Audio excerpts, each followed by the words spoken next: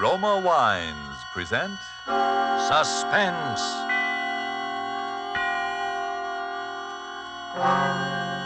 Roma Wines, made in California for enjoyment throughout the world. Salud. Your health, senor. Roma Wines toast the world. The wine for your table is Roma Wine, made in California for enjoyment throughout the world. This is the Man in Black, here for the Roma Wine Company of Fresno, California, to introduce this weekly half hour of Suspense.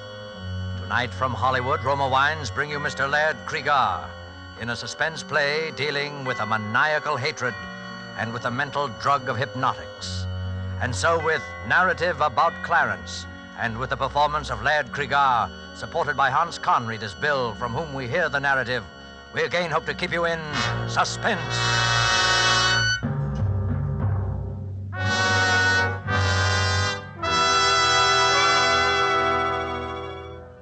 I never wanted to kill anyone. Not till he came along. I didn't even want to kill him at first. I kept thinking there must be some other way. If anybody had told me 6 months ago that I was capable of murder, I would have thought he was crazy. What I'm getting at is this. There are circumstances, people, that can make anybody want to commit murder. And he was one of those people. He brought the circumstances with him, a whole set of them. I never heard of the guy till one day last summer. We were having breakfast. My wife was looking over the morning mail. Bill, look at this. Postmarked Calcutta. It must be from Clarence. Who's Clarence? He's my brother. You never told me you had a brother. Didn't I? Well, it's not so surprising. He's only my half-brother, and I haven't seen him since I was a child. He's never even written to me before. That's funny. Wonder why I decided to write now. I can't imagine. Well, what's he say? He's coming to America. What for? Now, Bill, don't be like that. Well, you're not going to ask him to stay with us, are you? Well, what else can I do? He says he's coming straight here from the boat. Well, so what? There are several first-class hotels in this town. Well, I'll just ask him kind of half-heartedly so he can refuse if he wants to. Good girl. There's just one thing that worries me. What's that? He says at the end of the letter, I'm most anxious to meet your daughter, who it has been revealed to me closely resembles her grandmother. Well, Jeannie does look like the pictures of your mother at that. But how does he know? He couldn't even know we have a child. Unless, Unless what? well, unless someone told him, or unless it was revealed to him in some mysterious way. I didn't like that. I didn't like it at all. If there's anything I hate, it's a fake. And if that guy with his wing collar and his high-toned accent didn't look like a fake, then nobody ever did. But he wasn't a fake. He didn't arrive at our house. He seemed to materialize in the middle of the living room. Well, Lillian, don't you recognize me? Why, yes, Clarence. How are you, Clarence? This is Bill, my husband. I know. I hope you'll forgive my rather unconventional entrance. As your doorbell is out of order, I didn't bother to push the button. Oh, hello. I didn't know the doorbell was out of order, Lillian. Neither did I. Well, won't you sit down, Clarence? Oh, yes, thank you. Have a good trip? Excellent. But let's not dwell on the past. I have plans, Lillian. First of all, I intend to settle here in this town, permanently. How nice. I intend to resume my career in America where it left off 15 years ago. Oh. Your wife's look of distress, William, is owing to an unfortunate incident that occurred 15 years ago and made it expedient for me to leave the country for a while. It was all a misunderstanding, Bill. I don't quite know what you're talking about. She's told you nothing about me? How strange. Well, only that you're a doctor and that... Doctor? What an inadequate word. It suggests a little man you call in when the baby gets whooping cough, doesn't it? Well, what's the matter with the little man I call in when the baby gets whooping cough? Well, he is, shall we say, limited. Yes, that's the kindly word for it. The mind, William, the human mind, with all its strange powers for good and evil. That is my province. Clarence was a mental scientist. He had a small private hospital and... Oh, how drab. How unendurably drab you make it sound, Lillian. I penetrated deep into the mysteries of the human mind. And then I discovered a psychic power transcending the mere gray matter of the human brain. Clarence became interested in the occult. You mean that Indian faker stuff, going into trances and stuff like that? How crudely you put it, William. I'm sorry. Go on with your story. Or Well- I'll go on with it for you. You started using this mysterious East hocus pocus on your mental patients, and their relatives got sore, right? Your husband, Lillian, is a man of rare perception.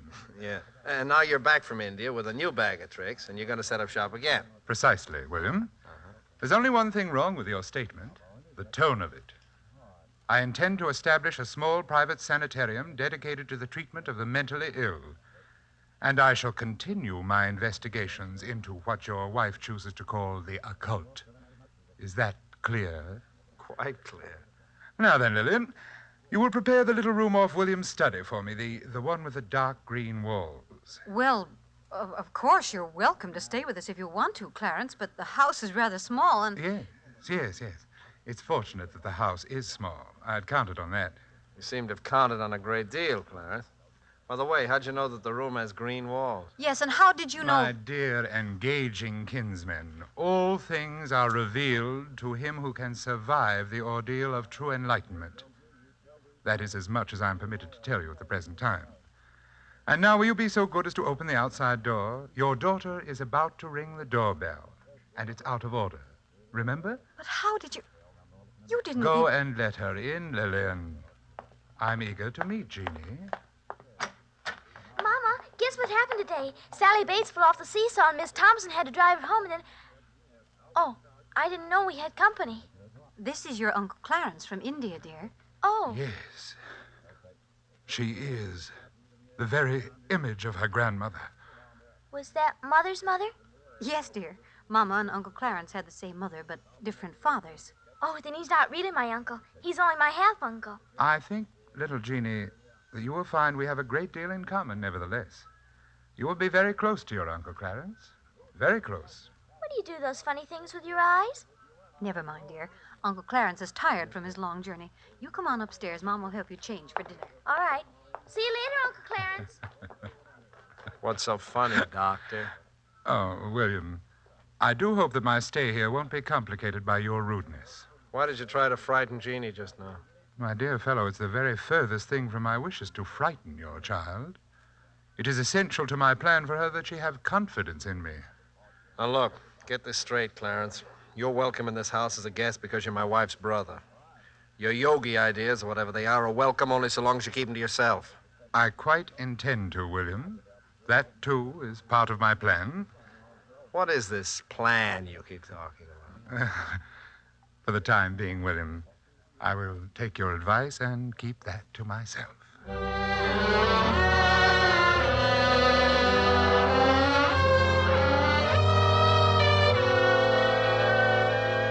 Tonight, for suspense, Roma Wines bring you as star Mr. Laird Cregar, whom you have heard in the prologue to Narrative About Clarence by Dwight Hauser and Robert Tallman. Tonight's adventure in suspense.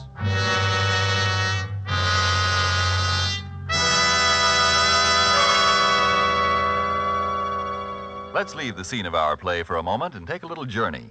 We'll let a bottle of Roma wine serve as Aladdin's lamp. I touch the label, and presto, we're all transported to that capital of gaiety, Havana, Cuba. And now we find ourselves in the charming Pan American Club. At a table nearby, an American has just voiced his delight at the uncommon beauty of the scene. Then his Cuban companion responds, "You in America also have much that is uncommon to boast of, such as this marvelous tasting wine we are enjoying this minute.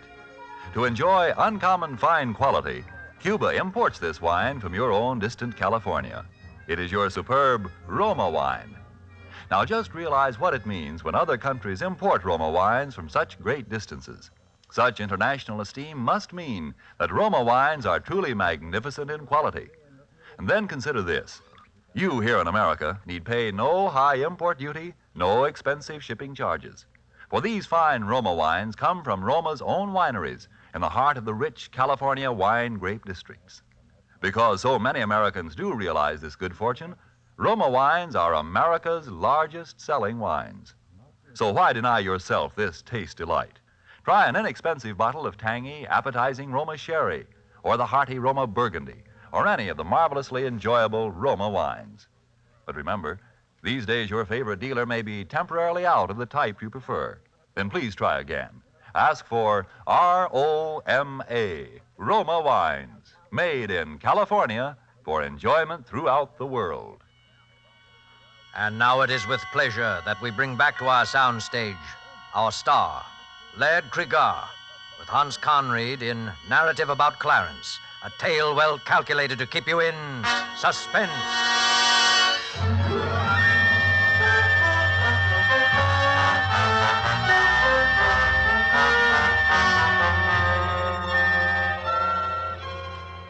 Well, you see now how I was beginning to feel about my dear half-brother-in-law, Clarence. At first, it was nothing but just pure hatred. I didn't have any cause yet for fear.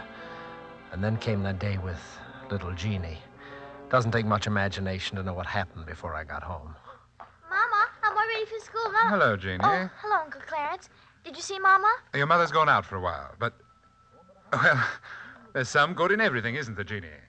This gives us a chance to get acquainted. Well, I'll be late for school. Oh, bother the school. I'll bet Sally Bates wouldn't worry about school if she had an uncle visiting her who'd come all the way from India. India. Do they really lie on beds of nails and all those things? No. Those are just the fakirs. They do those stunts for money, like your circus performers over here. I never saw anything like that at a circus. Did you ever see anything like this, Jeannie? Just a ring, isn't it? Like a cat's eye. Oh, it makes me dizzy to look at it. If you look at it long enough, you'll see all the mysterious secrets of the East. I'm afraid to look again, Uncle Clarence. That light in it, like a cat's eye, scares me. Oh, come now. A big girl like you afraid in the broad daylight. Why do you do those funny things with your eyes? Perhaps because my eyes see so many wonderful things. Just as yours will if you will only look at the ring. Is it magic? Perhaps. Look and see if it isn't. Look right in the center of the cat's eye. That's it. It makes me feel sleepy. That's the way it works. First you feel terribly, terribly sleepy. And then you see the most wonderful things. First, you feel sleepy. And then...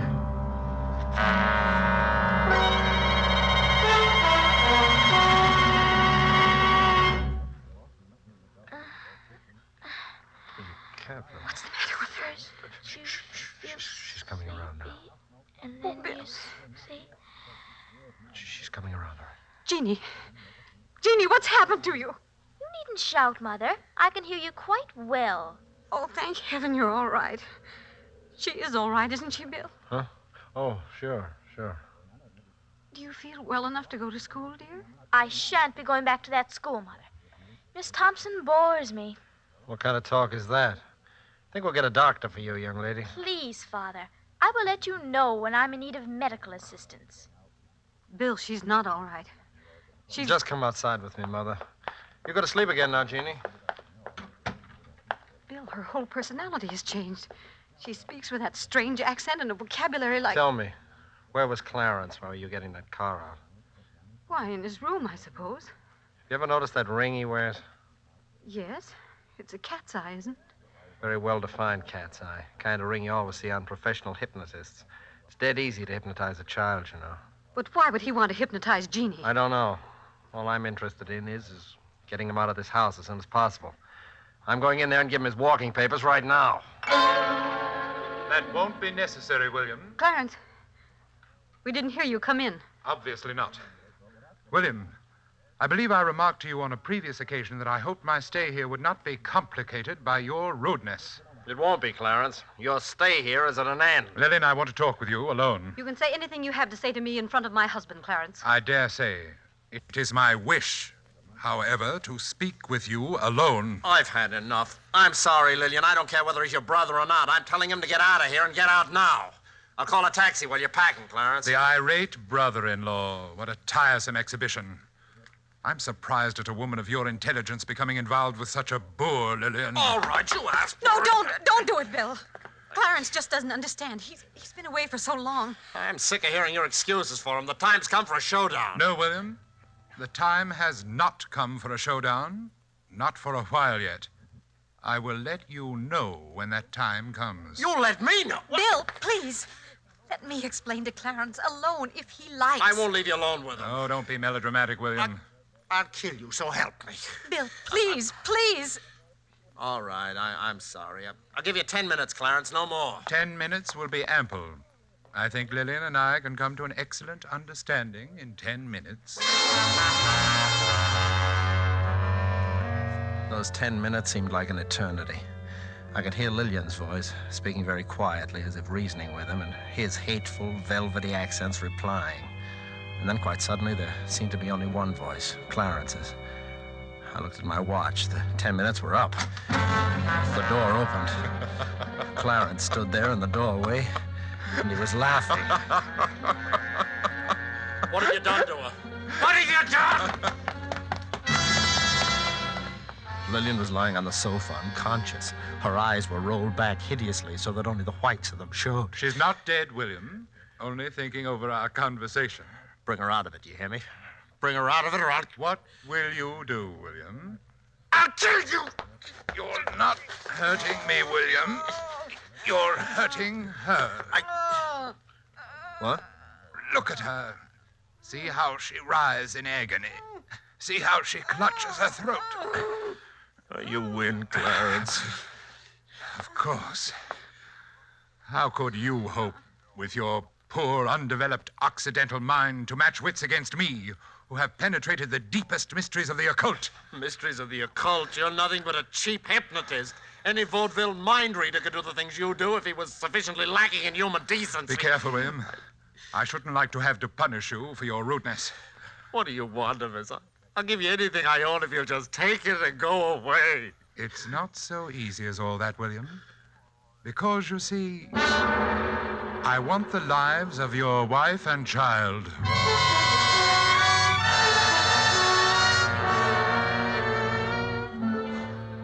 I knew then that he was insane. And that realization filled me with hope. It'd be quite simple to call in an alienist and have him committed to an asylum. When Lillian regained consciousness, she insisted on his staying, as I expected. I humored her along, knowing she was acting on his hypnotic suggestions. I was reasonably certain he would do nothing violent that night. His was the slow, sadistic way of murder. When daylight came, I stole quietly out of the house. I dared not risk calling the asylum on our telephone for fear of being overheard. My wife and daughter were still peacefully sleeping when I returned. And now I slept too.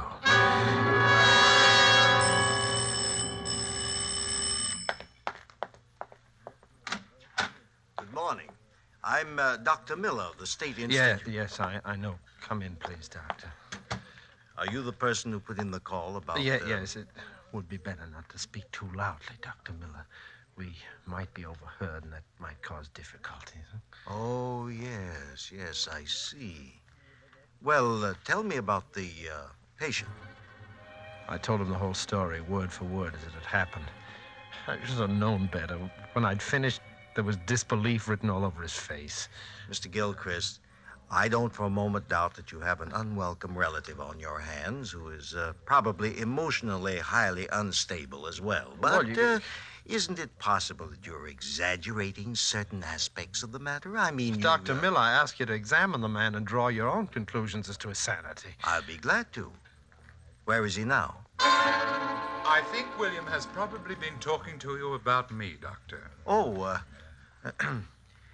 sit down, won't you? Thank you. Really, I must apologize for your being inconvenienced this way, Doctor. I try to keep an eye on William, but one must sleep, you know, and, well, occasionally he eludes me and gets out of the house. I suppose he's told you that I'm a hypnotist and that I wish to murder his wife and child. Why do you think he told me that? Well, it's always the same story. Well, why should I believe your story rather than Mr. Gilchrist's? Oh, mine is a little easier to believe, I should think. But if you wish further proof... Oh, Lillian! Yes, Clarence? Come down here, will you? William's got out again and told that story. I'll be right down. And bring Jeannie with you. You dare bring my daughter into this? His daughter doesn't know. You'll be tactful, won't you, Doctor? Yes, of course. Bill, what is the meaning of this? Lillian. Haven't we warned you time and again what might happen if you go out like that? Lillian, you don't know what you're saying. This man is your husband, madam? Yes. He's been under the care of a psychiatrist for several years now. What? He seemed to be getting better. I'm sure he's getting better. The doctor said we must expect little lapses. Oh, she doesn't know what she's saying, Doctor. She's acting under his hypnotic suggestion. And this young lady? He hypnotized her, too. Is that true? I don't know what that means, hypnotize. Daddy's always saying it, but he never says what it means. Well, this seems to clear up the situation pretty thoroughly. If you have any further trouble, Mr. Gilchrist, let me know. You think I'm crazy? No, I don't. I'm sure that your wife is quite right, Mr. Gilchrist. You're getting better every day.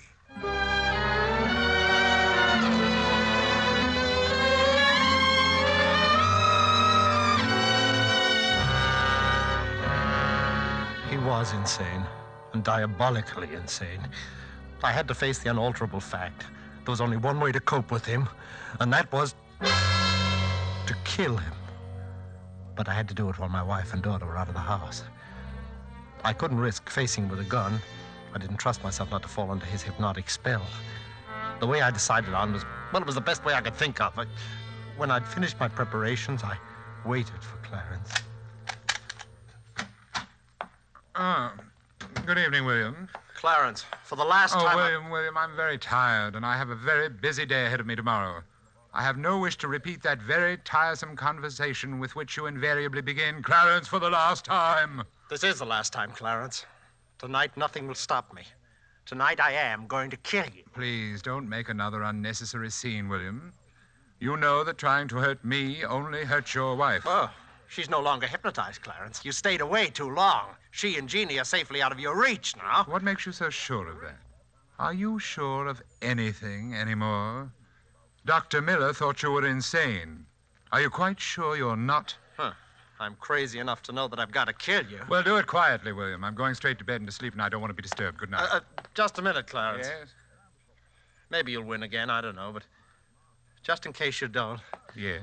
tell me, why do you say you want to kill my wife and child? Because my mother meant more to me than anything in the world.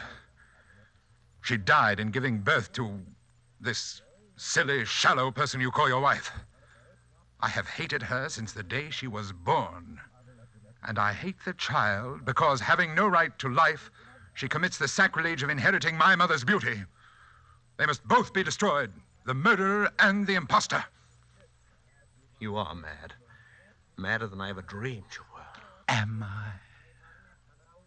Did I really say what you think you just heard me say?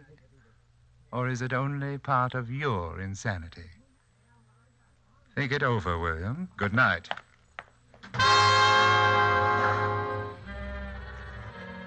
I had everything ready. The heavy boards to nail across the door, the cotton waste, and a gallon of benzene. The shutters over the window of his room I'd already nailed shut and barred. As I nailed the boards across the door, I felt as if I were driving nails into his cock. William, stop it! You don't know what you're doing! Lillian and Jeannie are upstairs. They came in the back way. William! Where are your great powers now, Clarence? William, you fool! Can the secrets of the East help you now? You're trapped, Clarence. You're out of your mind, William! In a moment, the whole house will be in flames. You'll be burned alive. You don't know what you're doing, William! Listen, Stop it! Clarence, listen. I'm striking the match now. You smell the smoke, Clarence? Never mind. You will in a moment. You fool! Oh, I wish you could see the flames now, Clarence. They're roaring up the stairwell. You don't know what It's you're doing! beautiful. William, you fool! I'll have to leave you now, Clarence. It's getting too warm in here for me. But you should be used to the heat, though, after all those years in India.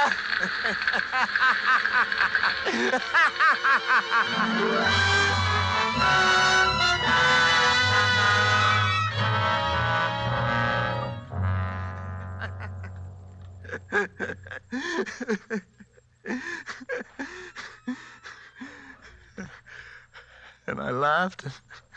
I laughed. I guess the relief from all that tension. Well, that's the story, Doctor. Then I must have fainted or something from the smoke. I don't remember anything after that till I woke up in this place. And what about your wife and daughter? Oh, that's just it. I haven't seen them since that afternoon, and that's why I've got to get out of here. I've got to find them. Can't you understand that? Yes, I can understand that very well. Oh, will you talk to someone, the head of this place, and tell him that and let me out? I shouldn't be locked up here in an institution. Yes, I'll talk to him, Bill. That's a promise. I'll do it right now. Goodbye. Goodbye, Doctor. Pardon me, the head's office, Dr. Dr. Crossman. You'll find him right through there. Thank you. Oh, pardon me, Dr. Crossman? Yes? Oh, how do you do, sir? Have you found my little sanitarium interesting? Yes, indeed. By the way, most unusual case. I've just been talking to... Yes, I know. To poor William. Bill, that is, number 27. Yes, but... I'm sorry that you had to be inconvenienced that way, sir. We do our best to keep the garrulous patients well out of a visiting doctor's way, but accidents will happen. Oh, I'm glad I ran into him, Dr. Crossman. His story interests me very much. He doesn't strike me as a homicidal lunatic. No, he's not. This idea of his that he committed a murder is simply a fantasy. Are you absolutely sure of that? Of course. Because, well, you see, I am Clarence, the wicked brother-in-law in his story. You? He began to develop these extraordinary symptoms during my stay at his home when I first returned from India. Parts of his story, you see, are quite accurate. I see. It's a pity, of course. He was doing quite nicely under treatment until his wife and child were burned to death so tragically in the fire that destroyed their home. I'm afraid that event, on top of his previous delusions, unhinged him for good. And where were you during the fire, Dr. Crossman? Oh, I dined out that evening. When I returned, it was all over.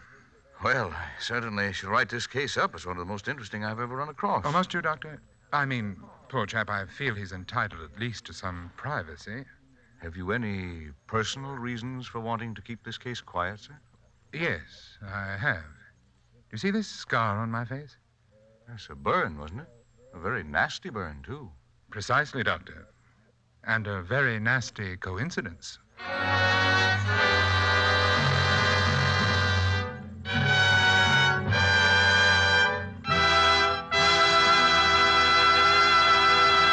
And so closes narrative about Clarence, starring Laird Cregar with Hans Conried, tonight's tale of suspense. Laird Cregar is currently being seen in the 20th Century Fox production, The Lodger. We sincerely hope you enjoyed the performance of Mr. Cregar and that of the whole cast tonight in our Roma suspense play. And here's a thought. To discover the enjoyment these suspense programs offer, you first had to sample one. And so you must first sample one of the many delicious Roma wines to discover for yourself their wonderful taste and quality, the excellence that makes Roma America's largest selling wines. You'll discover, as of other millions before you, that Roma wines are super quality, are super tasting, and are super easy on your pocketbook, too, costing only pennies a glass. Why put off this taste treat another day? Be sure you get R-O-M-A, Roma wines, made in California for enjoyment throughout the world. This is Laird Cregar. It is my very great pleasure to tell you that next week the star who will keep you in suspense will be Joseph Cotton.